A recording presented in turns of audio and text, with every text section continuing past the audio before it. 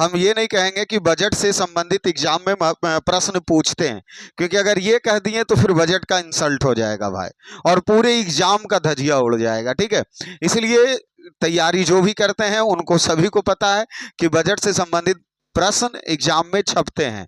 और group D का exam जो 3 अगस्त से होने वाला, और बीएसएससी का भी डेट आने वाला है। सभी एग्जाम लगातार चल रहे हैं, पर बजट आपके बस की चीज नहीं है। आप अभी तक इसको पढ़े नहीं है, इसका एमसीक्यू क्वेश्चन कैसे बनता है, ये सब चीज अगर आप नहीं देखे हैं तो आज इस क्लास में आधे घंटे रुक जाइए, क्योंकि हमारे पास मात्र आधे घंटे का ही समय बच रहा है ऑफलाइन क्लास लेने से पहले। तो इस आधे घंटे में बजट को निपटा करके छोड़ेंगे और एकदम तय है कि एमसीक्यू तक पहुंचा देंगे। पहले डीपली इसका पढ़ेंगे और उसके बाद एमसीक्यू तक जाएंगे। ठीक है, तो ये मत कहवाओ हमसे यार कि मतलब बजट से भी एग्जाम में प्रश्न पूछता है, ये अगर बोले तो इंसल्टिंग वाली बात हो जाएगा फिर बजट के लिए। सबको पता है कि बजट से प्रश्न आते हैं, बजट से प्रश्न आते हैं। देखिए, बजट से संबंधित 3 यहां बना करके हम रखें, इसमें जाइए तो विशिष्ट चीज एनालिसिस पूरा किया हुआ है। यहां इसका आप प्रैक्टिस कर सकते हैं 50 प्रश्नों का, और उसके साथ आंसर क्यू, 1 लाइनर के साथ आंसर क्यू यहां दिया हुआ है। तो जाना कहां है, Cambridge GS class wise Shyam sir के टेलीग्राम चैनल पे चले जाइए, सभी काम आपके हो जाएंगे। ठीक है, तो अभी पहले हम इस पे चर्च कर लेते हैं थोड़ा सा। ठीक है,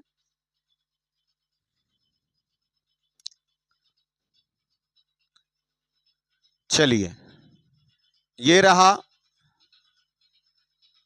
हमारा बजट। ठीक है, तो बजट 26-27 सबको पता है कि बजट 26-27 बजट कब पेश हुआ, 1 फरवरी 2026 को। बजट किन के द्वारा पेश किया जाता है, तो हमारे वित्त मंत्री के द्वारा पेश किए जाते हैं। और वित्त मंत्री कौन है हमारे, निर्मला सीतारमन। निर्मला सीतारमन। यहां से पहले चीज को आप समय दे लीजिए 10 मिनट 15 मिनट, उसके बाद लास्ट के 15 मिनट में एमसीक्यू करा के आपको निकाल देंगे। देखिए, बजट सबसे पहले पेश कब किया गया, ये बैठाओ दिमाग में। बजट 1 फरवरी 2026 को पेश किया गया। बजट कब पेश किए गए, 1 फरवरी 2026 को। बजट किसके द्वारा पेश किया जाता है, वित्त मंत्री के द्वारा पेश किया जाता है। 2026-27 का बजट किसके द्वारा पेश किया गया, निर्मला सीतारमन के द्वारा पेश किए गए। यह रिकॉर्ड निर्मला सीतारमन का कैमा बार है, अर्थात यह पिछली लगातार 8 बार बजट पेश कर चुके हैं, ये इस बार 9वीं बार इनके द्वारा बजट पेश किया गया।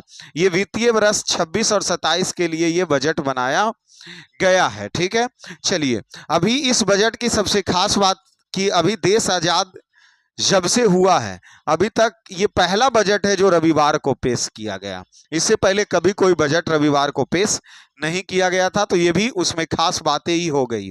देखिए, 26-27 के अनुसार पिछले 12 वर्ष में भारत की औसत आर्थिक वृद्धि दर 7% रही है। मतलब 26-27 में बजट की औसत आर्थिक वृद्धि दर कितना है, तो 7% रहा है। कर्तव्य भवन में तैयार किया गया, यह 3 कर्तव्यों से प्रेरित है। बजट कहाँ कर्तव्य भवन में तैयार किए गए, और इसमें टोटल कितने कर्तव्य हैं, तो 3 कर्तव्य हैं। पहले यहाँ कुछ इंपॉर्टेंट ऑब्जेक्टिव प्रश्न ले लेते हैं। ये वित्त मंत्री निर्मला सीतारमन जी के द्वारा कैमी बार बजट पेश किया गया, 9वीं बार बजट पेश किया गया। ये आज तक स्वतंत्रता के आज तक कभी रविवार को पेश नहीं किया गया था, लेकिन ये बजट पेश किए गए। इसमें आर्थिक वृद्धि दर पिछले 12 सालों में की तुलना में 7% है। लगभग अभी औसत वृद्धि दर कितने परसेंट है, तो 7% है। चलिए, यहां देखिए क्या कहा जा रहा कि इसमें 3 कर्तव्य थे। 26-27 बजट में कर्तव्य कितने थे, 3। पहला कर्तव्य क्या कहता है, आर्थिक विकास को गति देना। पहला कर्तव्य आर्थिक विकास को गति देना। दूसरा कर्तव्य क्या कहता, मानव क्षमता और आकांक्षाओं को पूरा करना। दूसरा कर्तव्य क्या कहता, मानव क्षमता और आकांक्षाओं को पूरा करना। और तीसरा कर्तव्य कहता है सबका साथ सबका विकास, अर्थात समावेशी विकास। समावेशी विकास। तो पहला कर्तव्य क्या कहा, आर्थिक विकास को गति दो। दूसरा मानव क्षमता और आकांक्षा को पूरा करना, और तीसरा सबका साथ सबका विकास अर्थात समावेशी विकास। तो ये कर्तव्य 3 कर्तव्य थे। इसमें कितने कर्तव्य थे, 3 कर्तव्य थे। ठीक है, देखिए 6 हस्तक्षेप क्षेत्र थे। 3 कर्तव्य और कितना हस्तक्षेप क्षेत्र? 6 गो था कौन कौन? पहला में 7 रणनीतिक और सीमा क्षेत्रों में विनिर्माण का विस्तार करना। क्या कहा जा रहा? 7 रणनीतिक और सीमा क्षेत्र में विनिर्माण का विस्तार करना। विरासत औद्योगिक क्षेत्रों में पूर्ण निर्माण करना। फिर उसके बाद तीसरा चैंपियन MSMI बनाना, चैंपियन MSI बनाना। चौथा अवसंरचना पर सशक्त बल देना। पांचवा क्या था? लंबी अवधि की ऊर्जा सुरक्षा और स्थिरता को सुनिश्चित करना। और सातवां था नगर आर्थिक क्षेत्र का विकसित करना। इस प्रकार हस्तक्षेप क्षेत्र कितने थे? 7 हस्तक्षेप क्षेत्र थे। ये सातों को हम फिर से पढ़ेंगे क्योंकि जब MCQ करेंगे तो आएगा। 7 रणनीतिक और सीमा क्षेत्र में विनिर्माण का विस्तार करना, विरासत औद्योगिक क्षेत्रों का पुनः निर्माण करना, चैंपियन MSMI बनाना, अवसंरचना को सशक्त करना, लंबी अवधि की ऊर्जा सुरक्षा और स्थिरता को सुनिश्चित करना, नगर आर्थिक क्षेत्र का विकसित करना। इस प्रकार 6 हस्तक्षेप थे। ठीक है, फिर यहां देख लीजिए प्रमुख पहले भाग क्या था। पहले भाग में क्या वर्णित किया गया है कि भारत को ग्लोबल बायोफॉर्म हब बनाने हेतु बायोफॉर्म शक्ति पहल की शुरुआत की गई। देखिएगा ऑब्जेक्टिव प्रश्न कैसे आपसे पूछेगा कि भारत को ग्लोबल बायोफॉर्म हब बनाने के लिए क्या पेश किया गया? बायोफॉर्म शक्ति पहल। क्या पेश किया गया? बायोफॉर्म शक्ति पहल, जिसके तहत इकाई दहाई सैकड़ा हजार 10,000 करोड़ रुपया का आवंटित किए गए एवं 3 नई राष्ट्रीय औद्योगिक शिक्षा व अनुसंधान संस्थान की स्थापना की गई। ठीक है, पहले पहल के तहत। दूसरी बात क्या कहा जा रहा है? इंडिया सेमीकंडक्टर मिशन 2.0 और इलेक्ट्रॉनिक्स विनिर्माण के लिए 40,000 करोड़ रुपए का आवंटन किया गया। प्रश्न पूछ सकता है इलेक्ट्रॉनिक विनिर्माण के लिए कितने करोड़ रुपया का खर्च किया गया? 40,000। इंडिया सेमीकंडक्टर मिशन 2.2 और इलेक्ट्रॉनिक्स विनिर्माण के लिए 40,000 रुपया खर्च। बायोफॉर्म सशक्त पहल के लिए 10,000 करोड़ रुपया खर्च। उड़ीसा, केरल, आंध्र प्रदेश और तमिलनाडु जैसे खनिज समृद्धि राज्यों में दुर्लभ पृथ्वी गलियारों की बात कही गई। कौन कौन सी राज्य? उड़ीसा, केरल, आंध्र प्रदेश, तमिलनाडु जैसे खनिज समृद्धि राज्यों में दुर्लभ पृथ्वी गलियारे की शुरुआत की गई। आगे आ जाइए। घरेलू रसायन उत्पादन को बढ़ाने के लिए क्लस्टर आधारित मॉडल पर 3 समर्पित केमिकल पार्क की स्थापना की गई। यहां से पूछा जा सकता घरेलू रसायन उत्पादन बढ़ाने के लिए क्लस्टर आधारित मॉडल पर 3 समर्पित केमिकल पार्क की स्थापना किया गया। 26-27 के बजट में प्राकृतिक रेशे के लिए राष्ट्रीय फाइबर योजना, प्राकृतिक रेशा के लिए राष्ट्रीय फाइबर योजना की शुरुआत की गई। इस तरीके से ये मुख्य पहलें थी। अभी चलिए भाग 1 के अलावा भाग 2 में चलते हैं। क्या किया गया? 200 पुराने औद्योगिक समूहों को पूर्ण द्वार और चैंपियन SME के लिए 10,000 करोड़ रुपया का ग्रोथ फंड दिया गया।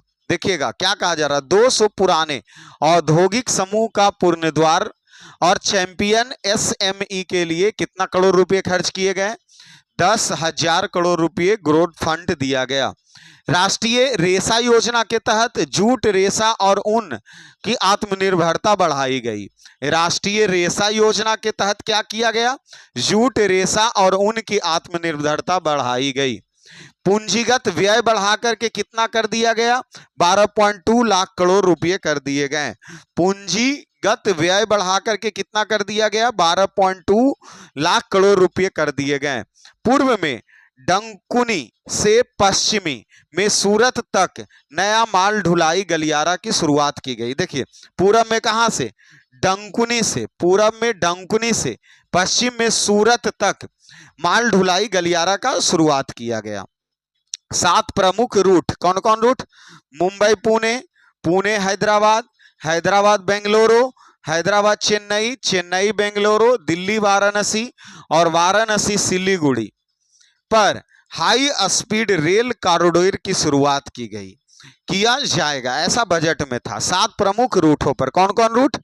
मुंबई से पुणे, पुणे से हैदराबाद, हैदराबाद से बेंगलुरु, बेंगलुरु से चेन्नई, चेन्नई से बेंगलोर, दिल्ली से वाराणसी, वाराणसी से सिल्लीगुड़ी पर। देखिए अगले 5 साल में 20 नए राष्ट्रीय जल मार्ग, पर्यटन हेतु शिप लेन निर्माण का प्रोत्साहन दिया गया। 5 साल में कितना? 20 नए राष्ट्रीय जल मार्ग, ठीक है।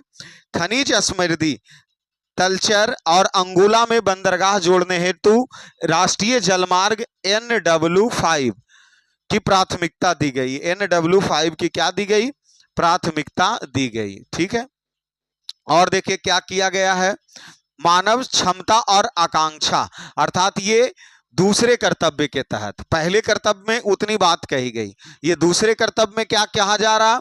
5 साल में 1 लाख समृद्धि स्वास्थ्य पेशेवरों की भर्ती की जाएगी। दूसरी बात, आयुष शिक्षा और अनुसंधान के लिए 3 नई अखिल भारतीय संस्थान खोले जाएंगे। 15,000 स्कूलों और 500 कॉलेज शिक्षा का अवसंरचना दिया जाएगा। Creative technology content creator lab की स्थापना की जाएगी। 12 सप्ताह में 10,000 पर्यटक गाइडों का प्रशिक्षण दिया जाएगा। 15 प्रमुख पुरातात्विक स्थलों को अनुभवात्मक विकास किए जाएंगे। खेलो इंडिया मिशन शुभारंभ और अगले दशक में खेल परिस्थिति तंत्र में क्या किए जाएंगे? सुधार किए जाएंगे। ये दूसरा कर्तव्य था। अभी चलते हैं तीसरे कर्तव्य के अंतर्गत, किसानों के लिए 500 जलाशय और अमृत सरोवर का विकास किया जाएगा। समावेशी विकास में AI आधारित एग्री स्टैक पोर्टल की स्थापना किए जाएंगे।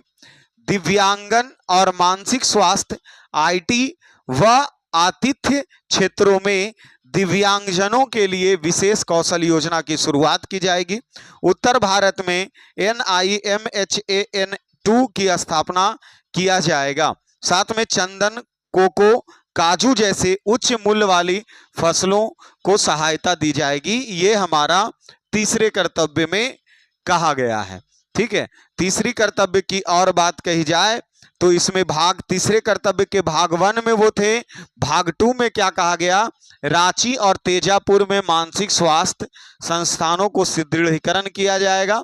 पूर्वोत्तर राज्य में बौद्ध सर्किट का विकास एवं 4,000 नई ई-बस की शुरुआत की जाएगी। दुर्गापुर में एकीकृत पूर्व तट औद्योगिक गलियारा की शुरुआत किया जाएगा। अरुणाचल प्रदेश, सिक्किम, असम, मणिपुर, मिजोरम, त्रिपुरा में बौद्ध सर्किट का विकास किए जाएंगे। 16वें वित्त आयोग के तहत 1.4 लाख करोड़ रुपया की सहायता दी जाएगी और 2047 तक अंतर्देशीय जलमार्ग तटीय शिपिंग में हिस्सेदारी 6% से बढ़कर 12% करने का लक्ष्य रखा गया है। यहां देख लीजिए 2026-27 में GDP के प्रतिशत कितने थे, तो इसमें देखिए राजकोषीय घाटा जो था वह 4.4%, राजकोषीय घाटा 4.4%, राजस्व घाटा कितना 1.5%, प्राथमिक घाटा कितना 0.7%, प्रभावी राजस्व घाटा 0.3%। हम फिर से बता देते हैं आपको, राजकोषीय घाटा 4.4%, राजस्व घाटा 1.5%, प्राथमिक 0.7, प्रभावी राजस्व 0.03। ये आंकड़ा याद रखिए, अभी जस्ट आपके MCQ प्रश्न में पूछे जाएंगे। राजकोषीय घाटा कितना था अनुमान, तो 4.4%, राजस्व घाटा का अनुमान कितना लगाया गया 1.5%, प्राथमिक घाटा 0.7 और प्रभावी राजस्व घाटा 0.3%। अभी देखिए यहाँ क्या संशोधित टैक्स स्लैब की संरचना, किस पे कितना टैक्स लिया जाएगा। जैसे अगर 4 लाख तक टैक्स को 0 कर दिया गया है, 4 से 8 लाख तक 5% रहेगा, 8 से 12 लाख 10%, 12 से 16 लाख 15%, 16 से 20 लाख 20%, 20 से 24 लाख 25%, 24 लाख से अधिक है 30%। देखिए कुछ नहीं, ये ऐसे इसको याद कर लीजिए। 0 से 4 लाख तक टैक्स है जो 0% है, 4 से 8 लाख में 5%, 8 से 12 लाख में 10%, 12 से 16 लाख में 15% टैक्स, 16 से 20 लाख में 20% टैक्स, 20 से 24 लाख में 25% टैक्स, और 24 लाख से अधिक की प्रॉपर्टी है तो 30% के टैक्स। इसमें 4-4 लाख बढ़ाते जाओ, 0, 5, 10, 15, 20, 25, 30, इस तरीके से। 0 से 4 कोई टैक्स नहीं, 4 से 8 लाख में 5%, 8 से 12 लाख में 10%, 12 से 16 लाख में 15%, 16 से 20 लाख में 20%, 20 से 25 लाख में कितना परसेंट, सॉरी 20 से 24 लाख में 25%, और 24 से अधिक में 30%। मतलब इधर 4 लाख की बढ़ोतरी करो और इस तरफ 5% की बढ़ोतरी करो। 4 लाख 5% की बढ़ोतरी करके आप इसको ध्यान रख सकते। चलिए यहां देख लीजिए, रुपया आता कहां से है, रुपया आता कहां से है, रुपया आता कहां से है। जैसे उधार और अन्य देय से अगर 1 रुपये की बात की जाए तो 1 रुपया में 24 पैसा कहां से आता, 24 पैसा, अर्थात सबसे ज्यादा इनकम उधार और अन्य देयताएं से है। आयकर से इनकम 21 पैसा का इनकम होता है, 1 रुपये में तुलना किया जा रहा। जीएसटी और अन्य कर से 18 पैसे आते हैं, जीएसटी और अन्य कर से 18 पैसे। कर विभिन्न प्राप्ति से 15 पैसा आता है, और सीमा शुल्क से 10 पैसा आता है हमारे देश को। केंद्रीय उत्पाद शुल्क से 6 पैसे आते हैं, निगत कर से 4 पैसा आता है, और ऋण विभिन्न पूंजी से 2 पैसे का इनकम होता है। ये 1 रुपये का आंकड़ा जोड़ा गया। अर्थात सबसे ज्यादा हमारे देश में इनकम कहाँ से होते हैं, उधार और अन्य देयता से 24 पैसा, आयकर से 21 पैसा, जीएसटी से 18 पैसा, कर विभिन्न से 15 पैसा, सीमा शुल्क से 10, केंद्रीय उत्पादन से 6, निगम कर से 4, और ऋण विभिन्नता से 2 पैसे की इनकम होती है। ये तो हमारा इनकम हो गया देश का। अब देखिए कि रुपया जाता कहाँ है हमारे देश के, तो कर और शुल्कों में राजस्व में हिस्से का 22 पैसा चला जाता है कर देने में, ब्याज अदायगी में 20 पैसा, ब्याज क्योंकि जिसे कर्ज लिए हैं तो उसको तो देना होगा। केंद्रीय क्षेत्र की योजना में 17 पैसा चला जाता है, रक्षा में 11 पैसे खर्च हो जाते हैं, केंद्रीय प्रायोजित योजनाओं में 8 पैसे खर्च हो जाते हैं, वित्त आयोग व वन अंतरण में 7 पैसे खर्च हो जाते हैं, अन्य व्यय में 7 पैसे का खर्च हो जाता है, प्रमुख आर्थिक सहायता में 6 पैसे का खर्च, और पेंशन में 2 पैसे का खर्च हो जाता है। इस तरीके से हमारे ये देश का खर्च है, हमारे देश का केंद्रीय व्यय की खर्च है। देखिए यहां आ जाइए, कैसे खर्च होगा केंद्र सरकार का पैसा, ये समझिए कि जो इतना पैसा बताया गया कि कुल पैसा इतना आएंगे, यह पैसा कहां कहां पे खर्च होगा। तो ब्याज में इतना रुपया खर्च होगा, परिवहन में इतना रुपया खर्च होंगे, और रक्षा में इतना खर्च होगा, ठीक है, प्रमुख सब्सिडी में इतना रुपया खर्च होंगे, पेंशन में इतना खर्च होगा, और ग्रामीण विकास में इतना खर्च होगा। फिर उसी प्रकार गृह, कृषि, शिक्षा, ऊर्जा, स्वास्थ्य में उस तरफ क्या है, शहरी विकास में खर्च है। शहरी विकास में कितना, 85,522 रुपया, शहरी विकास में 85,522 रुपया। 1,45,999 रुपया स्वास्थ्य पर खर्च होंगे, 1,09,029 रुपया ऊर्जा पर खर्च होंगे, 1,39,289 रुपया शिक्षा पर, कृषि समृद्धि पर 1,62,667 रुपया, और गृह कार्य में 2,55,234 करोड़ रुपये खर्च होंगे। ग्रामीण विकास में 2,73,108 करोड़ रुपया खर्च होगा, पेंशन में 2,96,214 करोड़ रुपये खर्च होंगे, और प्रमुख सब्सिडी में 4,10,495 करोड़ रुपये खर्च होंगे। रक्षा में 5,94,585 करोड़ रुपये खर्च होंगे, परिवहन में 5,98,520 रुपये खर्च होंगे, और ब्याज में 14,03,972 रुपया ब्याज में खर्च होगा। इस हिसाब से यह टोटल खर्चे की बात कही गई, 53,47,315 करोड़ रुपये कहाँ खर्च होंगे, 53,47,315 करोड़ रुपये कहाँ खर्च होंगे, ये इसका आंकड़ा दिया गया है। चलिए एक नजर में इसे भी देख लीजिए, 53,47,315 करोड़ रुपया जो कि कुल बजट का व्यय जो 26-27 में है। पूंजी गत व्यय कितना है, तो 12.2 लाख करोड़ रुपया। परिचालन का अनुमानित कितना है, 98.40%। ठीक है, देखिए रेल बजट के अनुसार परिचालन अनुपात विभाग वर्ष में 98% के आसपास रहा है, जबकि नए freight corridor, 7 go high speed rail route और 20 नए राष्ट्रीय जलमार्ग की घोषणा अवसंरचना विस्तार पर भी बल को दर्शाता है। ठीक है, चलिए आगे चले। याद रखने योग्य महत्वपूर्ण बातें क्या है कि बजट 2026-27 के अनुसार पिछले दशक में 25 करोड़ व्यक्ति बहुआयामी गरीबी से बाहर आए हैं। ये प्रश्न पूछ सकता है कि कितने करोड़ बाहर आए हैं, तो 25 करोड़।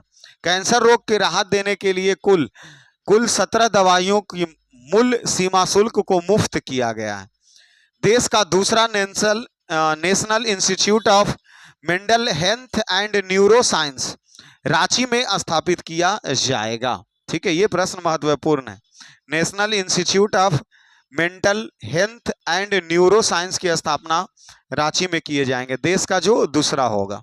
ठीक है, तो इस हिसाब से ये हमारा बजट का महत्वपूर्ण बातें थी। अभी यहाँ पे एमसीक्यू में आओ। यहाँ आने के बाद कुछ चीजें पता चलेगा कि प्रश्न हमारा कैसे वन लाइनर पूछेगा।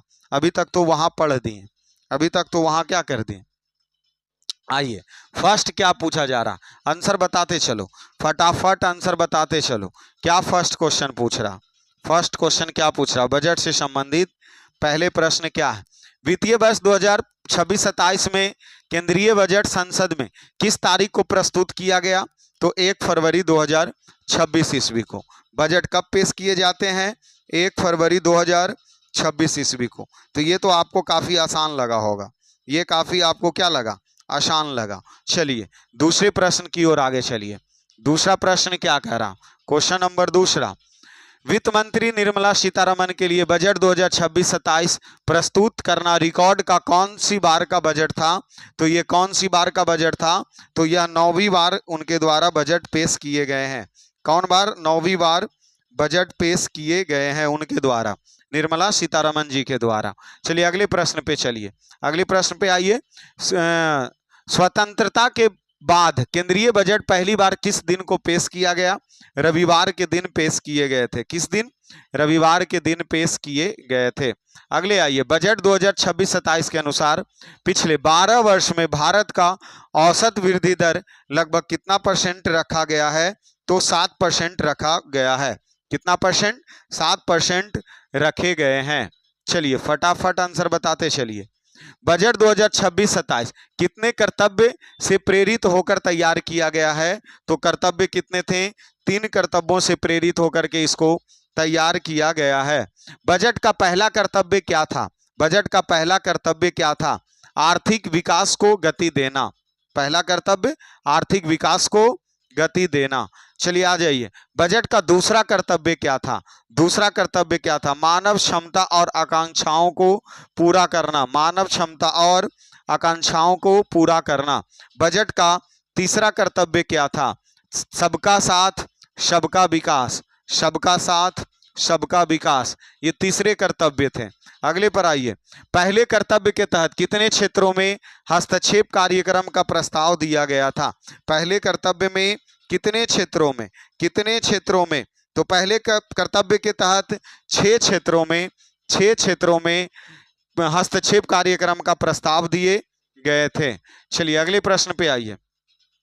भारत को ग्लोबल बायोफॉर्म हब बनाने के लिए अगले 5 वर्ष में कुल कितना करोड़ रुपया आवंटन करने की बात कही गई थी, तो 10,000 करोड़ रुपया। ग्लोबल बायोफॉर्म हब बनाने के लिए कितना खर्च, 10,000 करोड़ रुपए की खर्च की बात कही गई थी। बायोफॉर्म शक्ति पहल के तहत कितने नए राष्ट्रीय औषधि शिक्षा एवं अनुसंधान संस्थान की स्थापना की बात की गई थी, तो 3 की बात की गई थी।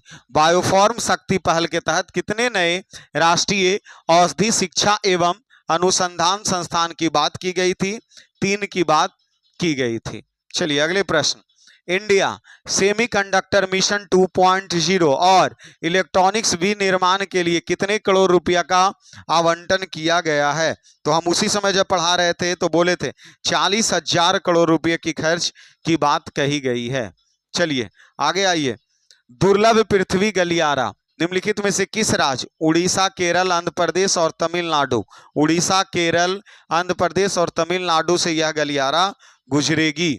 चलिए अगले प्रश्न। प्राकृतिक रेशों के लिए कौन सी योजना शुरू की गई? राष्ट्रीय रेशम योजना, राष्ट्रीय फाइबर योजना, राष्ट्रीय वस्त्र योजना या राष्ट्रीय कपास योजना?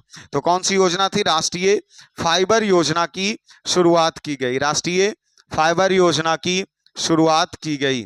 चलिए चैंपियन एसएमई के लिए ग्रोथ फंड है तो कितने करोड़ रुपए और कितने पुराने औद्योगिक समूहों का पुनर्द्वार की घोषणा किए गए हैं? तो 10,000 करोड़ रुपया खर्च होगा और 200 नए समूहों की बात कही गई है। 10,000 करोड़ रुपया खर्च और 200 समूहों की बात कही गई है। चलिए पूंजीगत व्यय बढ़ाकर कितना किया गया? पूंजीगत व्यय को बढ़ाकर 12.5 लाख करोड़ रुपए कर दिए गए। पूंजीगत व्यय को बढ़ाकर 12.5 लाख करोड़ रुपए कर दिए गए। नया माल ढुलाई गलियारा पूरब में कुंडनी से पश्चिम में किस शहर? तो पश्चिमी में सूरत तक, पूरब में कुंडनी से लेकर पश्चिम में सूरत तक की प्रस्ताव है। चलिए हाई स्पीड रेल कॉरिडोर की घोषणा निम्नलिखित में से किस रूट में नहीं किया गया? किस रूट में नहीं किया गया? देखिए दिल्ली से वाराणसी था, चेन्नई से बेंगलुरु था और मुंबई से पुणे भी था। तो था कहाँ नहीं? तो यह था कहाँ नहीं? पटना की बात नहीं की गई है। तो कोलकाता से पटना नहीं था, इसलिए नहीं वाला पूछा। 7 जगह हाई स्पीड रेल कॉरिडोर की बात कही गई है। अगले 5 वर्ष में कितने नए राष्ट्रीय जलमार्ग की घोषणा की गई है? तो 20 जलमार्ग की बनाने की घोषणा किया गया है। 20 जलमार्ग की बनाने की घोषणा किए गए हैं। अगले प्रश्न में आइए। राष्ट्रीय जलमार्ग NW5 किस राज्य में खनिज समृद्धि तालेचर अंगुल को बंदरगाह से जोड़ने हेतु प्राथमिक कार्य दिए गए, प्राथमिकता दी गई है? तो ओडिशा में। कहाँ पे? ओडिशा में। कहाँ पे? ओडिशा में। चलिए यहाँ क्या कहा जा रहा है? दूसरे कर्तव्य मानव क्षमता और आकांक्षा के तहत अगले 5 वर्ष में कितने संबंध स्वास्थ्य पेशवरों की भर्ती का लक्ष्य दिया गया है? कितने का लक्ष्य दिया गया है? तो 1 लाख। कितने पेशवर? 1 लाख की भर्ती की बात कही गई है। अगले प्रश्न में आइए। आयुष शिक्षा और अनुसंधान के लिए कितने नए अखिल भारतीय संस्थानों की घोषणा की गई है? 3। कितने अखिल भारतीयों की घोषणा की गई है? 3 की। चलिए अगले में आइए। शिक्षा अवसंरचना सुधार के तहत कितने स्कूलों और कितने कॉलेज शामिल करने की बात कही गई है? तो 15,000 स्कूल प्लस 500 कॉलेज की बात कही गई है। 15,000 स्कूल और 500 कॉलेज की बात कही गई है। कंटेंट क्रिएटर लैब्स की स्थापना किस पहल के तहत किया जाएगा? तो डिजिटल क्रिएटर टेक्नोलॉजी के तहत कंटेंट क्रिएटर लैब्स की स्थापना की बात क्रिएटर टेक्नोलॉजी के तहत कहा गया है। 12 सप्ताह में कितने पर्यटक गाइडों को प्रशिक्षित करने की बात कही गई है? 12 सप्ताह में कितने पर्यटक को प्रशिक्षित करने की बात कही गई है? 10,000 से प्लस। 10,000 से प्लस। चलिए अगले आ जाइए। अनुभवनात्मक विकास के लिए कितने प्रमुख पुरातात्विक स्थलों की पहचान की गई है? तो 15 पुरातात्विक स्थलों की पहचान की गई है। 15। चलिए खेल पारिस्थितिकी तंत्र में सुधार हेतु किस मिशन की शुरुआत की गई? खेलो इंडिया मिशन। खेलो इंडिया मिशन। खेलो इंडिया मिशन। खेल पारिस्थितिकी तंत्र में सुधार के लिए खेलो इंडिया मिशन। चलिए यहाँ तीसरे आ जाइए। तीसरे कर्तव्य में समावेशी विकास के तहत किसानों के लिए कितने जलाशय और अमृत सरोवर बनाए जाने की बात कही गई? तो 500 जलाशय और अमृत सरोवर बनाए जाने की बात कही गई है। चलिए कृषि क्षेत्र में AI आधारित किस पोर्टल की शुरुआत करेगा? किस पोर्टल की शुरुआत करेगा? तो एग्री अस्टैक पोर्टल। कौन सा? Agri stack portal. Agri stack portal की बात कही गई है। चलिए देश में दूसरा, वही जो मेंडल के लिए national institute of medical health neuro science की स्थापना किया जाएगा, जो कि रांची में किए जाएंगे, रांची में किए जाएंगे। चलिए उत्तर भारत में किस संस्थान की स्थापना की घोषणा की गई है, वही रांची में। ये वाला संस्थान कहाँ था, रांची में। चलिए आ जाइए निम्नलिखित में किस उच्च मूल्य वाली फसलों की सहायता देने की घोषणा नहीं की गई है। काजू का किया गया, किसका किया गया, काजू का किया गया, किसका नहीं किया गया, जो न पूछ रहा है जी, किसका नहीं किया गया है इसमें जो पूछ रहा। देखिए काजू था, कोका था, चंदन था, गन्ना की बात नहीं की गई है, इसलिए नहीं में गन्ना आ जाएंगे, नहीं में गन्ना आ जाएंगे। रांची और तेजपुर में किन संस्थानों को सुदृढ़ किया जाएगा, मानसिक स्वास्थ्य संस्थान, ये तो ऐसे ही सही है, मानसिक स्वास्थ्य संस्थान, क्योंकि एक तेजपुर में पहले बना, रांची में दूसरा बनाने की बात कही गई है, रांची में दूसरा बनाने की बात कही जा रही है। चलिए पूर्वोत्तर राज्य में बौद्ध सर्किट के विकास के साथ कितने नई ई बसें की शुरू करने की बात कही गई है, कितनी ई बसें की शुरू करने की बात कही गई है, तो लगभग 4000 ई बसें की बात कही गई है। कितनी बस, 4000। चलिए दुर्गापुर में किस औद्योगिक गलियारा के विकास की घोषणा किया गया है, दुर्गापुर में, तो कौन से, एकीकृत पूर्व तटीय औद्योगिक गलियारा, एकीकृत पूर्व तटीय औद्योगिक गलियारा की बात की गई है। चलिए अगले प्रश्न पे आइए, क्या बौद्ध सर्किट का विकास निम्नलिखित में से किस राज्य में प्रस्तावित नहीं है, किस राज्य में, पश्चिम बंगाल में प्रस्तावित नहीं है, अरुणाचल प्रदेश, सिक्किम, मिजोरम में बौद्ध सर्किट के विकास की बात कही गई है। चलिए 16वें वित्त आयोग के तहत राज्य को कितनी सहायता राशि दी जाएगी, 12%, 1.2 लाख, 1.4 लाख करोड़, 1.2 नहीं, 1.4 लाख करोड़ की सहायता राज्य को दिया जाएगा। चलिए यहाँ क्या पूछा जा रहा है, 247 तक अंतर्देशीय जलमार्ग और तटीय शिपिंग में हिस्सेदारी को 6% से बढ़ा करके कितना परसेंट कर दिया जाएगा, 12% कर दिए जाएंगे, 12% कर दिए जाएंगे। चलिए अगले प्रश्न, बजट 2026-27 के अनुसार राजकोषीय घाटा जीडीपी के कितने परसेंट अनुमानित है, घाटा 4.4%, राजकोषीय घाटा 4.4% था। चलिए बजट 2026 में राजस्व घाटा जीडीपी का कितना परसेंट अनुमानित था, जीडीपी का कितना परसेंट, 1.5%, जीडीपी का कितना परसेंट राजस्व घाटा की बात। देखो इस पे गौर करो, ये कौन सी घाटा, राजकोषीय घाटा 4.4, राजकोषीय घाटा 4.4, राजस्व घाटा 1.5, राजस्व घाटा 1.5, प्राथमिक घाटा 0.7, प्राथमिक घाटा, प्रभावी राजस्व घाटा 0.3, इसको अवश्य याद रखो। चलो नई कर व्यय के अनुसार कितने आय तक कोई टैक्स नहीं है, तो 0 से 4 लाख रुपया तक कोई टैक्स की बात नहीं कही गई है। नई कर व्यवसाय में 8 से 12 लाख में कितना दिया जाएगा, तो देखो 0 से 4 तक कोई टैक्स नहीं, 4 से 8 तक 5%, 8 से 12 तक 10%, तो 10%, 8 से 12 लाख तक के 10% टैक्स की बात कही गई है। चलिए नई कर व्यवस्था में 24 लाख रुपया से अधिक है तो 30% से अधिक टैक्स लगेगा, 30% से अधिक टैक्स लगेगा। चलिए 16 से 20 लाख है तो 8 से 12 था ना, तो इसमें 15% का टैक्स लगेगा, 16 से 20 लाख तक 15% का टैक्स। 26-27 के अनुसार पिछले दशक में लगभग कितने व्यक्ति बहुआयामी गरीबी से बाहर आए हैं, अभी तक के गरीबी से बाहर कितना, 25 करोड़ लोग हैं जो गरीबी से क्या हुए हैं, बाहर आए हैं। कैंसर रोगी के राहत देने के लिए कुल कितनी दवाई के जो सीमा शुल्क, कितनी प्रकार की दवाई की बात कही गई थी, तो 17 प्रकार की, इसीलिए ये सी हो गया। बजट 2026-27 के अनुसार वर्ष 2026-27 के लिए केंद्र सरकार की कुल प्राप्ति का अनुमानित कितना है, तो वही 53,47,315, 53,47,315 करोड़ रुपया।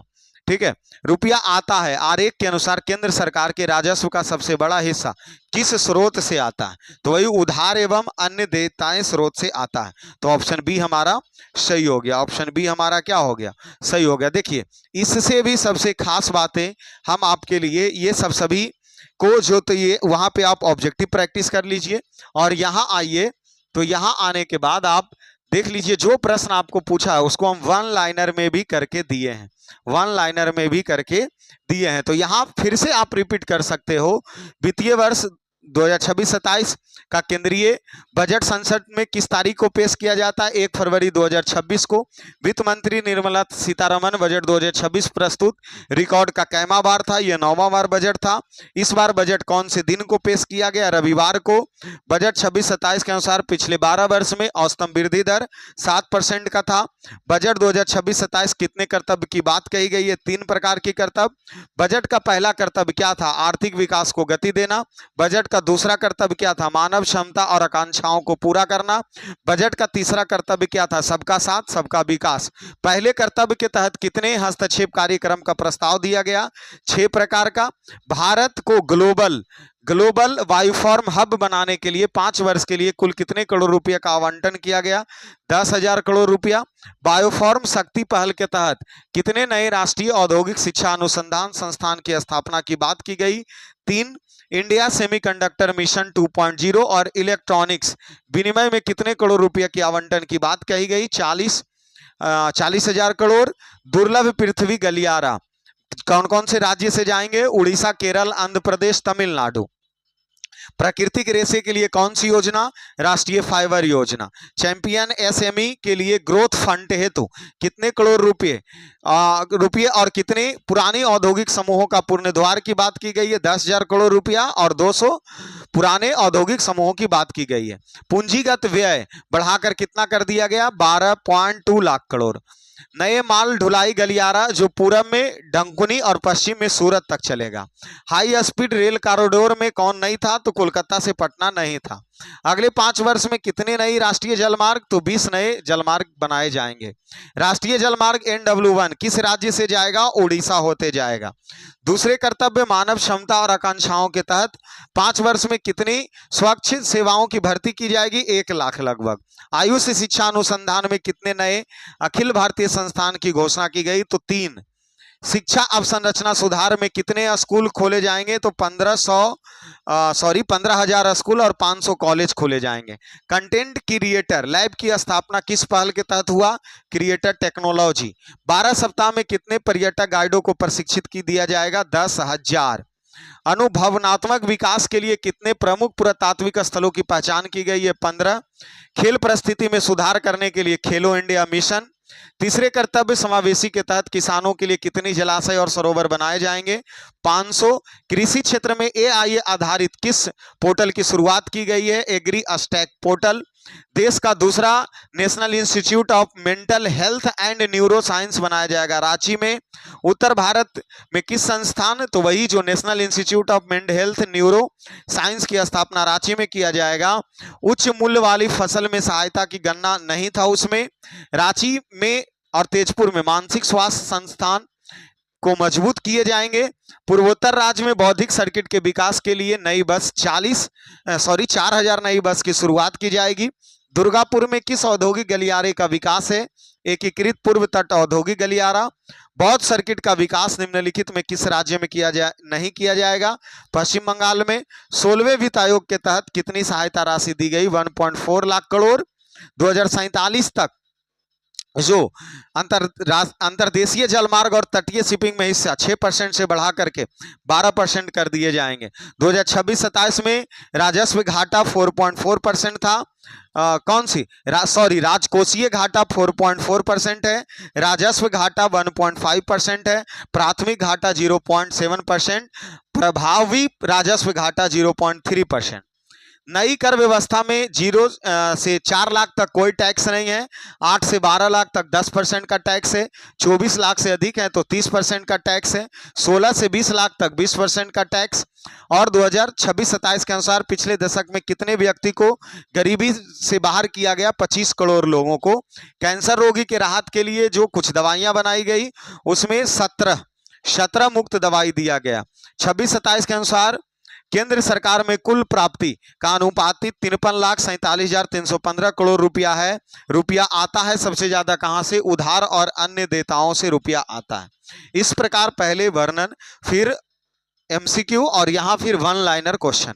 इस प्रकार तीनों चीज करके बजट का उम्मीद रखते हैं कि अब आपको कोई दिक्कत नहीं होगा और ना ही इसमें होगा। साथ में पीडीएफ दिए गए, वहां से जाकर के पढ़ लीजिए।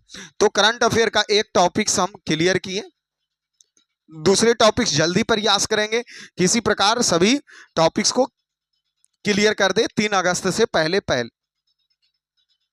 ठीक है, साथ ही यह जो है वो एसपीडी को फॉलो करके हम लेकर के चल रहे हैं। ठीक है।